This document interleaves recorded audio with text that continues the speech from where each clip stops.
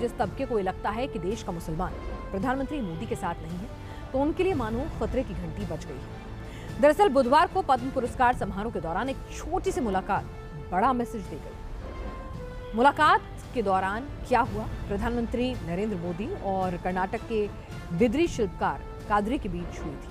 ये छोटी सी मुलाकात सुर्खियों का सबब बन रही है, वायरल हो रही है। आखिर क्यों? इस बात के क्या मायने हैं, आप खुद सुनिए, समझिए।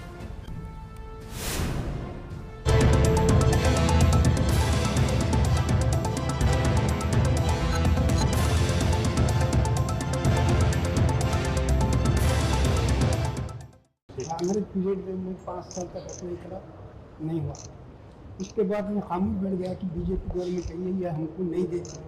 मगर आप मेरा ख्याल गलत साबित करके मेरे को चुनिए, उसके लिए बहुत बहुत धन्यवाद। यही तो वो भरोसा है कि मुस्लिम शख्सियत भी प्रधानमंत्री मोदी के साथ छोटी सी मुलाकात में अपने मन की बात कह सकता है और छोटी सी गुफ्तगू में प्रधानमंत्री मोदी हंसकर अपने दोस्त का हाथ थाम लेते हैं। यही तो वो भरोसा है जिसमें बड़ा मैसेज यही है कि प्रधानमंत्री मोदी सबका साथ वाला मंत्र सिर्फ कहते नहीं हैं, बल्कि उसे हकीकत की जमीन पर उतारने का सामर्थ्य भी रखते हैं। तभी तो पद्मश्री से सम्मानित शाह रशीद अहमद कादरी प्रधानमंत्री मोदी के मुरीद नजर आते हैं।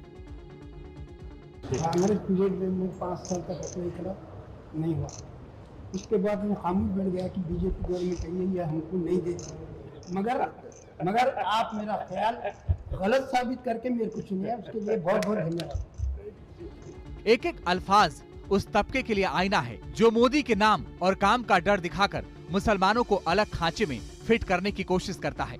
एक एक अल्फाज उस रणनीति पर चोट है जो मुसलमानों को एक मुश्त वोट बैंक मानकर मोदी विरोध को हवा देता है। ऐसे लोगों को शाह रशीद कादरी नाम ही जवाब है। ऐसा क्या हुआ कि शाह रशीद कादरी को लगने लगा कि जो काम कांग्रेस नहीं कर पाई उसे मोदी ने कर दिखाया? तो सबसे पहले आप शाह रशीद कादरी का पूरा परिचय जान लीजिए। उनका ताल्लुक कर्नाटक के बीदर से है और माटी को अद्भुत बिदरी शिल्पकारी पर उकेर देना उनकी सबसे बड़ी पहचान है। शाह रशीद अहमद कादरी को 500 साल पुरानी बिदरी कला को जिंदा रखने का श्रेय जाता है, जो बिदरी शिल्प कला से जुड़े जाने माने परिवार से हैं। रशीद कादरी ने जबरदस्त इनोवेशन किया है, नए डिजाइन और पैटर्न पेश किए हैं। बिदरी शिल्प को विकसित करने में उन्होंने महत्वपूर्ण भूमिका निभाई। बिदरी शिल्पकारी में ज्यादातर मुस्लिम परिवार ही जुड़े हैं, जिनके हुनरमंद हाथों ने देश दुनिया में बिदरी शिल्प कला को बुलंदियों पर पहुंचाने का काम किया।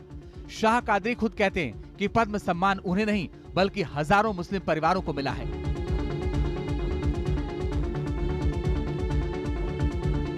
ये अवार्ड के लिए मैं 10 साल से कोशिश किया। हर साल मेरे को 12,000 का खर्चा आता था।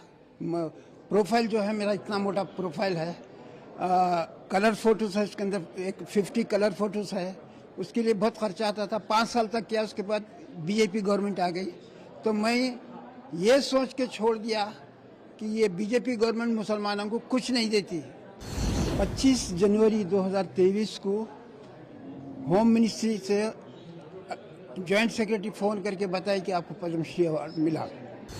जज्बात में इमोशनल होकर मैं सारा दिन रोते रहा, क्योंकि ये अचानक मालूम हुआ। छोटी सी मुलाकात में बड़ी बात कहते ही शाह रशीद अहमद कादरी सुर्खियों में आ गए। मगर वो इकलौते शख्स नहीं है, बल्कि हीराबाई इब्राहिम की ठेठ बोली और अनोखे हाव भाव ने प्रधानमंत्री मोदी को भी मुरीद बना लिया था।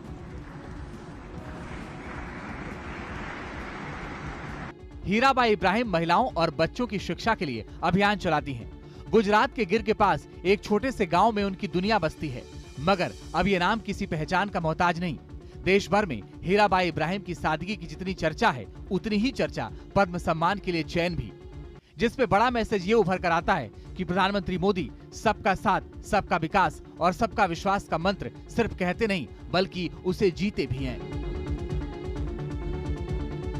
विपक्षी खेमे के टारगेट पर सबसे ज्यादा प्रधानमंत्री मोदी रहते हैं। विपक्ष की पूरी रणनीति प्रधानमंत्री के इर्द गिर्द ही काम करती है और यहीं से निकलता है सबसे बड़ा इल्जाम कि बीजेपी ध्रुवीकरण के लिए नागरिकों में भेदभाव करती है। जब भी ध्रुवीकरण के इल्जामों का हथियार उठा, प्रधानमंत्री मोदी ने सबका साथ, सबका विकास वाले काम से कुंद कर दिया। मुस्लिम समाज के अंदर ही मोदी के नाम और काम पर साइलेंट वोटर है, जो बीजेपी की जीत को महाजीत में बदलने का मादा रखता है। मोदी युग में मुस्लिम वोटों के पैटर्न में बदलाव देखा गया, जिसने विरोधियों को चौंका दिया। 2009 में बीजेपी को 3% मुस्लिमों ने वोट किया था। वो मोदी के नाम पर 2014 में 8% तक पहुंच गया और 2019 में देश भर में 9% से ज्यादा मुस्लिम वोट बीजेपी के पक्ष में आए।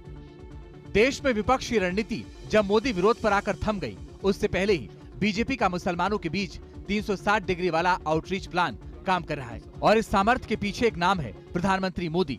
मुस्लिम आबादी में अपर कास्ट, बैकवर्ड, शिया, सुन्नी हर तबके में प्रधानमंत्री मोदी की लोकप्रियता असरदार है।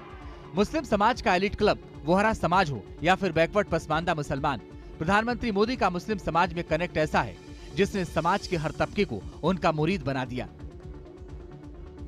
Team news nation. बीजेपी आज अपना 44वां